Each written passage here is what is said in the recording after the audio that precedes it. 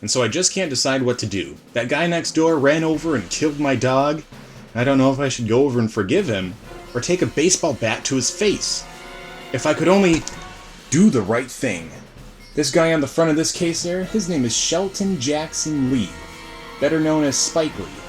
And Do the Right Thing is a 1989 film which he wrote, produced, directed, and starred in. And it was produced by 40 Acres and a Mule Filmworks Productions, which is his own production company, and it was distributed by Universal Pictures. It ranked number 96 on the 10th anniversary list of the AFI's Top 100 Movies. It was not on the original list, and it was nominated for 2 Academy Awards. Shall we take a look at it?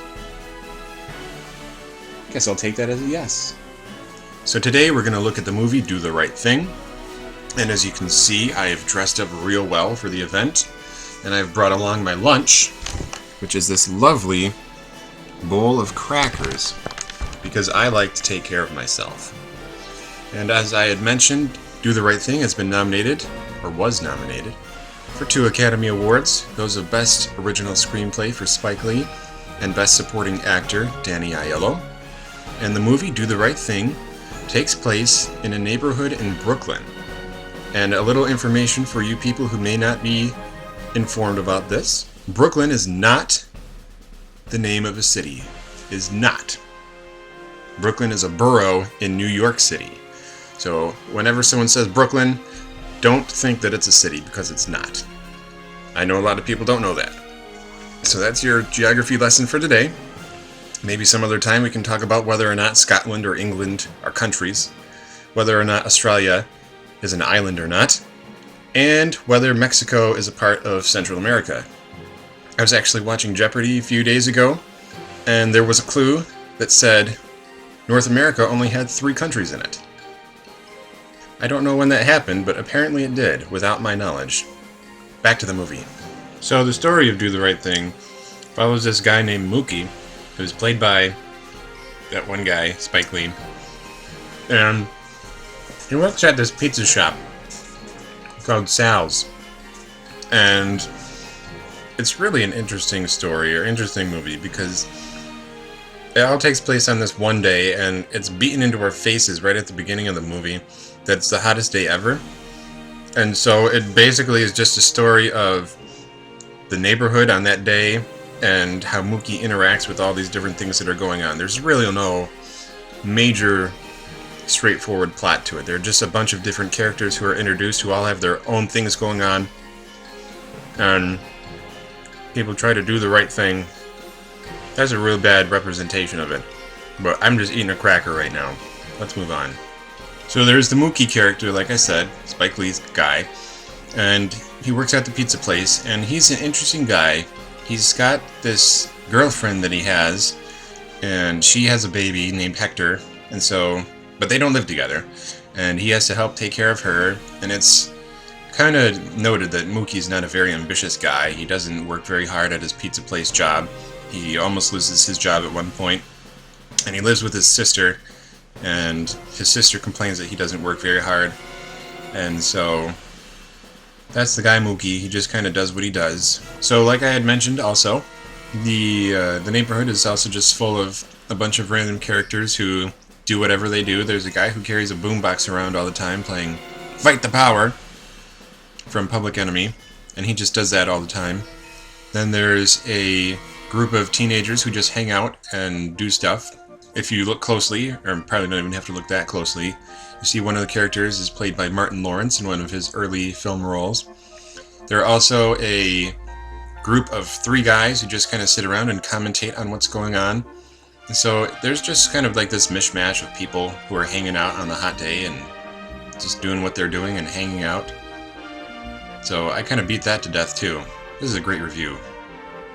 I wonder if I'm doing the right thing. So when things do start to happen and Do the Right Thing, they take place at Sal's Pizza Shop, which is kind of like the neighborhood eatery, and it is run by this guy named Sal and his 2 sons, Pino and Vito. And Pino and Vito are both interesting guys too, because they have very distinct personalities. Pino is more angry and upset about life, while Vito's more like, hey! Pretty much just like that. That was a spitting example right there. That was right on. And the real tension starts when this guy who is black comes in and sits down, and there's this wall that has pictures of all these Italian Americans who are like Sal's heroes, or just people that he admires. And this black guy who is sitting there is like all angry because there are no black people on the wall, and yet this pizza place is in a black neighborhood and serves black people. And he's like, hey, what gives? And so there's a bit of tension that starts there. And after Sal says, hey, it's my restaurant, I'm going to put whoever I want on my wall, this patron goes out and tries to find people who are going to protest and say, hey, we need more people than just Italian Americans on the wall, because this is our neighborhood and we need some representation on the wall as well. So the long and short of it, there is some trouble, tensions rise, people protest, a lot of trouble is occurring, and just all hell breaks loose and Do the Right Thing. So I'll be back with some concluding thoughts after this word from our sponsor. The road is tough, your spirit's strong, driving one and on.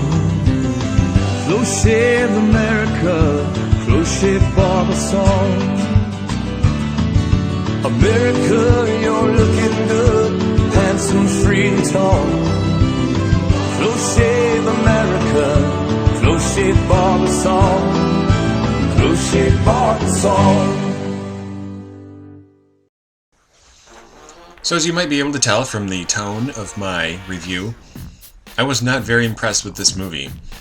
And it's interesting because this movie has a lot to do with racial tensions, and if you remember from an earlier review of Guess Who's Coming to Dinner, I gave that movie an excellent review. I thought it was a very good movie, and that movie dealt with racial tensions as well.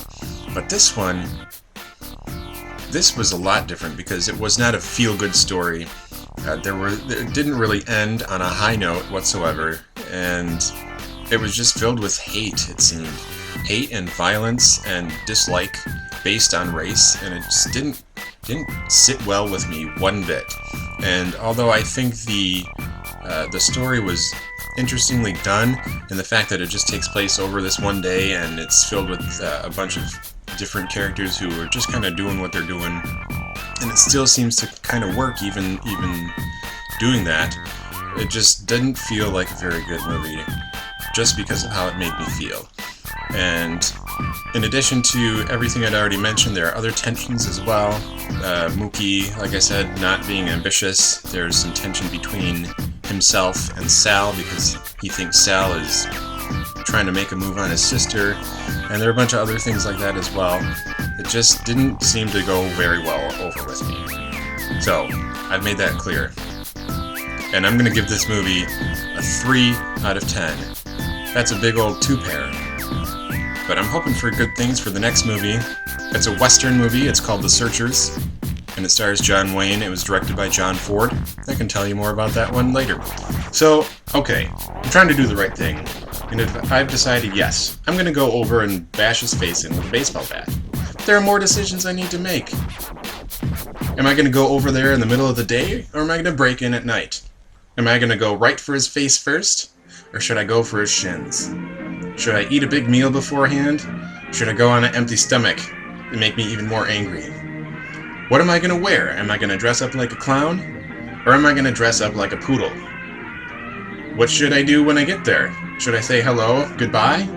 Or should I say rah rah rah?